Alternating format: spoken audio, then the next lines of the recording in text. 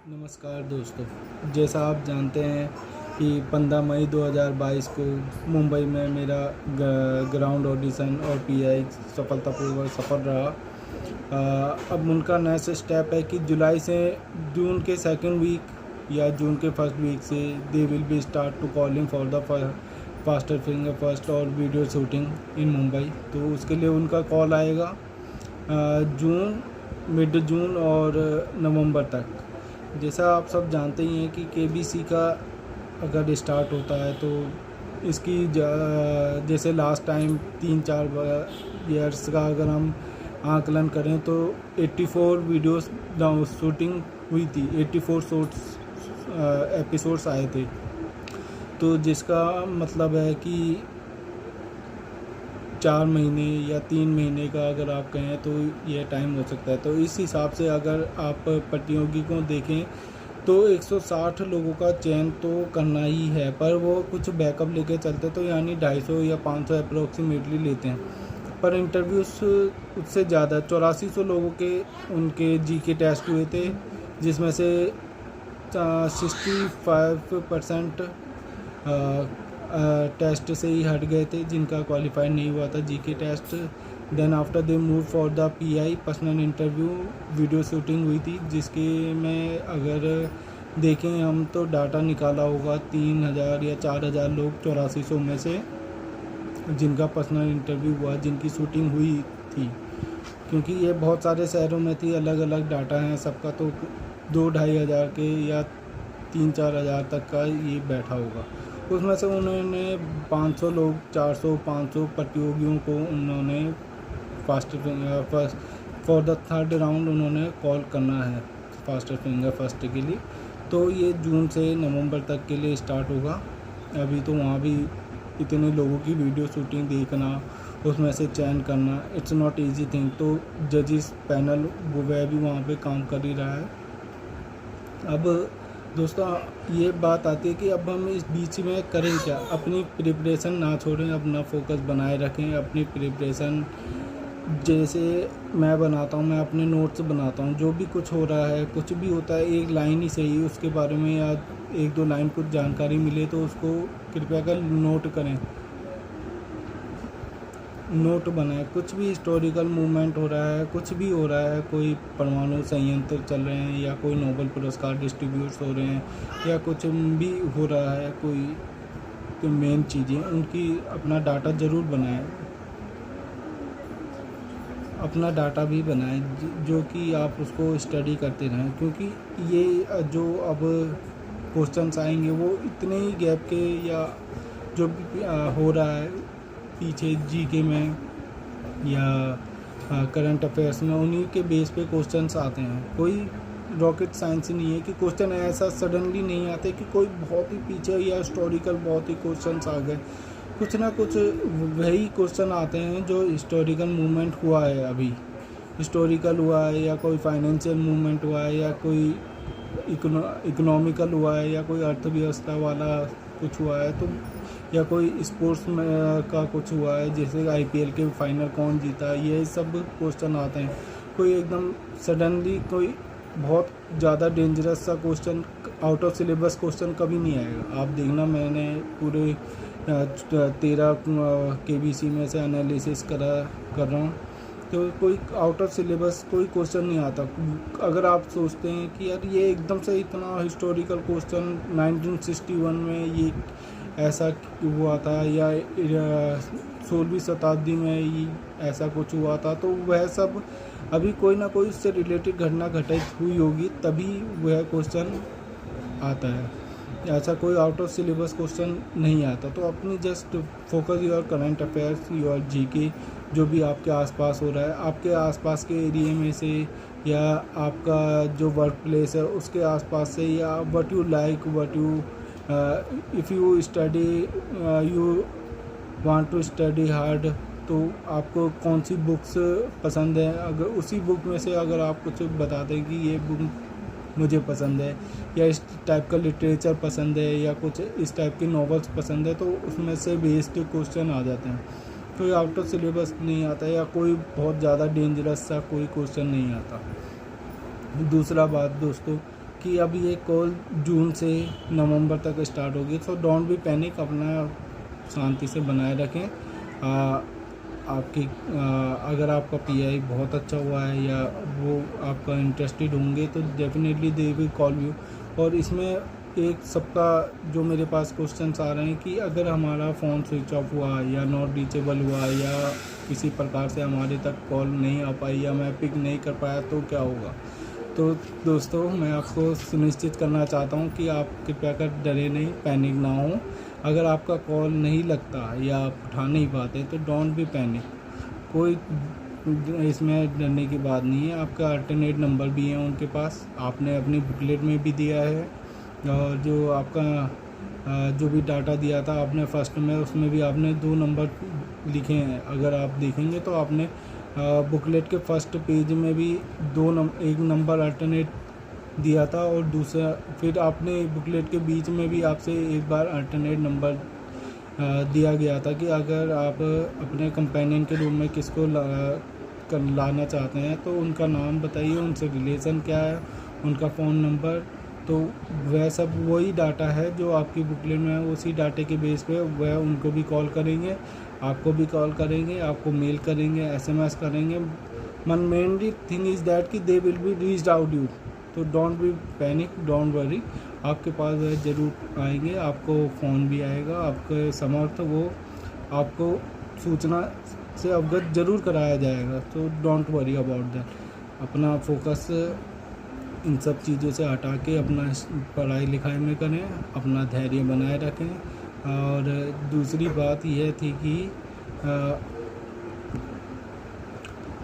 Mainly बात आती है कि केबीसी है क्या। सब केबीसी आपने ग्राउंड ऑडिशन दिया, पीआई दिया, फास्टर फिंगर फर्स्ट में भी पहुँचे, आपका सिलेक्ट हुआ, आपने अच्छी राशि जीती, पर मेनली केबीसी है क्या, ये किस बेस पे आधारित है। तो दोस्तों, जैसा हम सब ने बहुत बार केबीसी के एपिसोड देखे हैं, बहुत सारे 14वां संस्करण है ये वाला। तो एपिसोड्स तो हमने बहुत देखे, कंटिन्यू नहीं भी देख पाए होंगे, तो कभी 1-2 एपिसोड या 10-15 एपिसोड या किसी ने सारे एपिसोड्स भी देखे। हम सब भी फैमिली के साथ बैठ के आपस में क्विज जैसा खेलते ही हैं, हम पूरे फैमिली मेम्बर्स बैठ के मोस्टली सब ये करते हैं। तो ये भी एक अच्छा है, इंटरटेनमेंट वाइज भी बहुत अच्छा है, ज्ञान वाइज भी बहुत नॉलेजेबल एपिसोड भी है। पर केबीसी बेसिकली ये डिपेंड है आपकी नॉलेज बेस। ऑडिशन हो गया, आपने कॉल्स करी, आईवीआर कॉल्स आई, दूसरी का आईवीआर कॉल्स आए, आपका ऑडिशन हुआ, आपका जीके टेस्ट आपने पास करा, आपने ऑडिशन अपना दिया, पीआई दिया, आपको फिर वहाँ से कॉल आई, आप वहाँ चले गए, आपका ये सब प्रोसेस बहुत अच्छा है। पर केबीसी मेनली है सिर्फ और सिर्फ नॉलेजेबल बेस, आपकी पढ़ाई, आप क्या किस तरीके से आपने सीखा है, किस तरीके से आपने समझा है, इसी पर बेस है केबीसी। तो केबीसी में कोई जान पहचान नहीं चलती, कोई पैसों का नहीं चलता।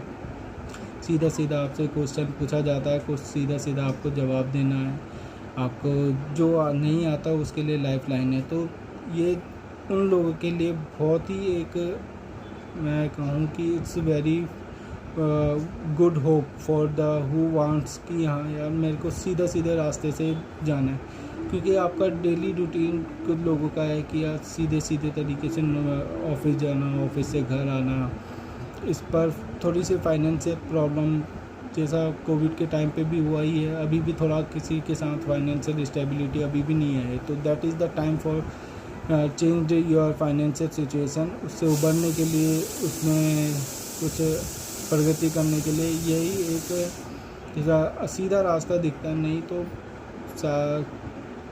कोई गलत काम करके अर्निंग या किसी तरीके का फ्रॉड करके, ये उस पर बेस नहीं है, ये सीधा सीधा आपकी नॉलेज पे बेस है। आपने एसएमएस करे, कॉल्स करे, ईमेल्स करे, तो आपका कंप्यूटर ने रैंडम सिलेक्शन करा, फिर उन्होंने आपसे आईवीआर में कॉल आई जिनमें 3% पूछे, किसी के 3 सही होंगे, किसी के 2 सही होंगे, किसी का 1 सही होगा, पर वो है भी आपकी नॉलेज पर ही बेस थे। अगर इतना उस समय भी आपको इतना टाइम नहीं था कि कहीं आप इधर उधर चीटिंग कर सकें। वो वह ज़्यादा टाइम होता भी नहीं है जिस समय IVR कॉल आती है और वो बिना इन्फॉर्मेशन के सडनली आ जाती है, तो उसमें कोई किसी को प्रिपरेशन की ज़्यादा तैयारी नहीं मिलती। तो वह भी आपके क्वेश्चन बेस पे ही था, आपकी पर्सनल नॉलेज पे आपने क्या क्या पढ़ाई करी, किस तरीके से, यही सब वह क्वेश्चन आपने क्रैक करे। 3 में से किसी के तीनों सही, 2 सही, 1 सही, वह भी आपकी नॉलेज पर बेस्ड था। उसके बाद आप अपना जीके पेपर दिया। जीके पेपर भी आपका जनरल नॉलेज पे, करंट अफेयर पे, जो कोई क्वेश्चन अगर पेपर आप, जैसा मेरी लास्ट वीडियो में मैंने आपसे साझा करा था कि कोई out of syllabus GK paper नहीं था कि बहुत ही हार्डेस्ट क्वेश्चन पूछे गए हों, बड़े सिंपल से कि 2000, या जैसा कि मैं एग्जांपल बताता हूँ कि 2022 में क्रिकेट वुमेंस वर्ल्ड कप का प्रतिनिधित्व किसने करा, मिताली राज। आपका ये फीफा वर्ल्ड कप किसने जीता, 2022 में आपको किसको पद्म भूषण मिला, साइरस पूनावाला।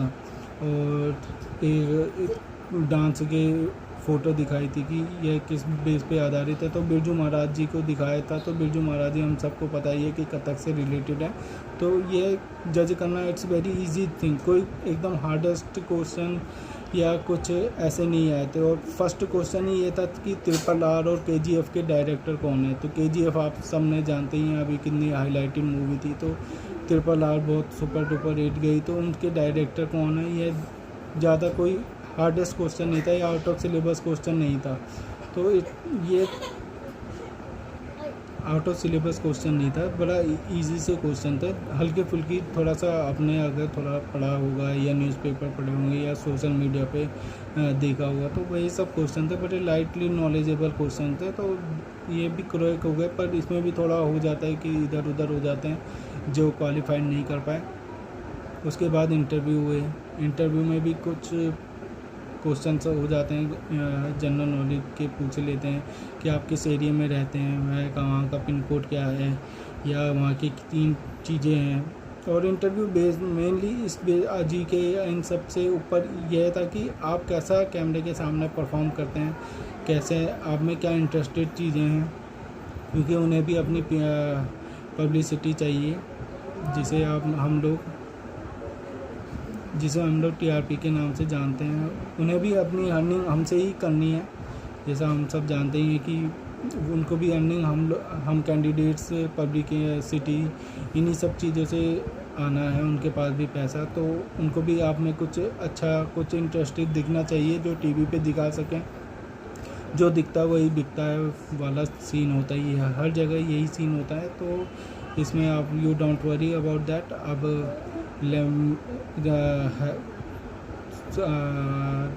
आगे के लिए so my main motto is simple is that कि हम लोगों को जो KBC है वह सीधा रास्ता दिखाता है कि नॉलेज के ऊपर बेस है, क्वेश्चंस क्रैक कीजिए और आप अच्छे पैसा कमा के जाएं। इसमें कोई जान पहचान नहीं, कोई आपको फ्रॉड करना नहीं, किसी को लूटना नहीं, किसी को धोखाधड़ी नहीं देनी।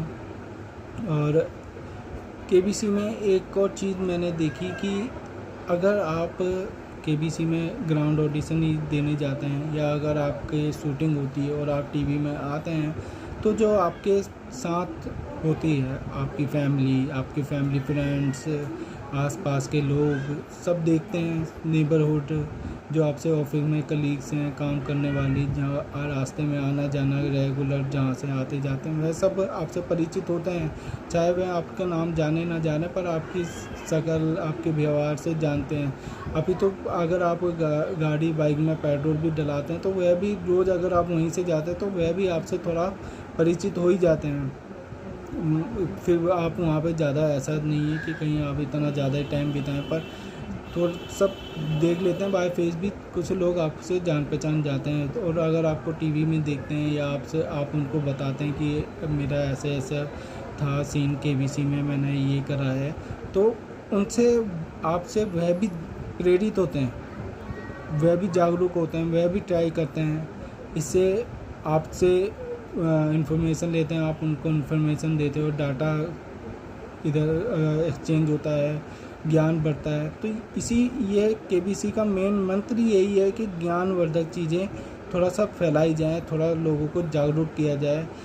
केबीसी में सबका ऐसा नहीं है कि पूरी सब जो ट्राई कर रहे हैं पूरे तो उनका सिलेक्शन हो, उनका इंटरव्यू हो, उनका वो, इसके लिए भी उन्होंने लॉटरी सिस्टम रखा है। और जब स्टार्ट होता है एपिसोड तो उसमें भी वो है 2 लाख 1 लाख रुपए का गिफ्ट कुछ उसमें भी करते हैं, जो प्ले अलॉन्ग टाइप का चलता रहता है साइड बाय साइड। तो इसमें ऐसा नहीं है कि उन्होंने सिर्फ जो 10 प्रतियोगी एक हफ्ते के लिए चुने जाना है सिर्फ वही खेल रहे हैं और या वही अमाउंट कमा रहे हैं, साथ में प्ले अलॉन्ग चलता है, लॉटरी वाइज चलता रहता है। तो इसमें भी कोई ज़्यादा इसमें पैनिक की बात नहीं है। प्ले अलॉन्ग में भी एक साथ में 10 लोग जीतते हैं। 1-1 लाख का अमाउंट था लास्ट ईयर, तो मे बी इस बार 2 लाख का अमाउंट हो। तो यह चलता रहता है इसमें साथ ही साथ। तो आपको करना है अपना ये फोकस बनाए रखना है, अपना जो जनरल नॉलेज है, करंट अफेयर्स है, साथ में चर्चा करें, ज्ञान लें, दूसरों को प्रेरित करें, केबीसी के बारे में बात करें, केबीसी के बारे में बताएं। इसलिए ये वीडियो बनाने का मेरा मेन मोटिव यही है कि प्रचार हो, लोग समझें कि पैसा कमाने से जोड़ सकते हैं या आप कुछ अर्निंग हो सकती है या फेम मिले, तो इसके लिए केबीसी एक बहुत ही उपयोगी प्लेटफॉर्म है।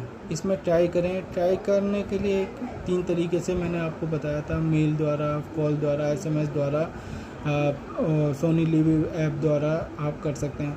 और SMS का मैंने आपको अपना पर्सनल इन्फॉर्मेशन शेयर करी थी लास्ट वीडियो में कि SMS आपको हर मिनट, हर 5 मिनट, हर 10 मिनट के गैप में आपके SMS वहाँ पर रजिस्टर्ड होना चाहिए, आपका SMS वहाँ जाना चाहिए।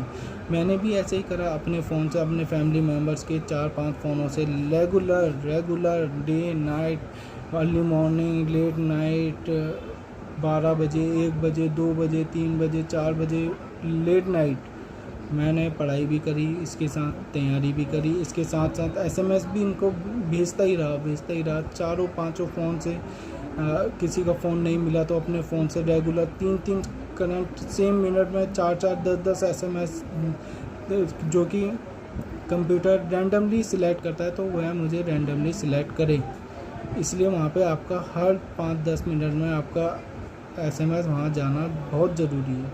आप इसमें आपको 14 दिन का टाइम मिलता है, जैसे 14 से 17 इस बार का रजिस्ट्रेशन टाइम था। तो उसमें मैंने हर दिन मेरे कम से कम 500-600 SMS पर फ़ोन सिंगल फ़ोन, मैं अपने फ़ोन की बात बता रहा हूँ अब। और फैमिली मेम्बर्स की अगर मैं देखूँ तो एक दिन में कम से कम 1500 या 1200 SMS मैंने भेजे हैं। पैसे भी लगते हैं, 3 रुपये पर SMS होता है, पर ये यूजेबल अमाउंट है। ये नहीं कि ये आपका हो गया, और ऐसा नहीं कि आपका एक ही बारी में सिंगल हो गया। I am trying in last 10 year, तो ये लास्ट 10 सालों की मेहनत का था। आई होप अब आगे अच्छा रहे, दुनिया लाइफ में चेंजेस आए, जो कि मुझे बहुत ज़रूरत है। तो guys, hope it's all for the best. आप अपना तैयारियां करते रहिए, पढ़ाई करते रहिए।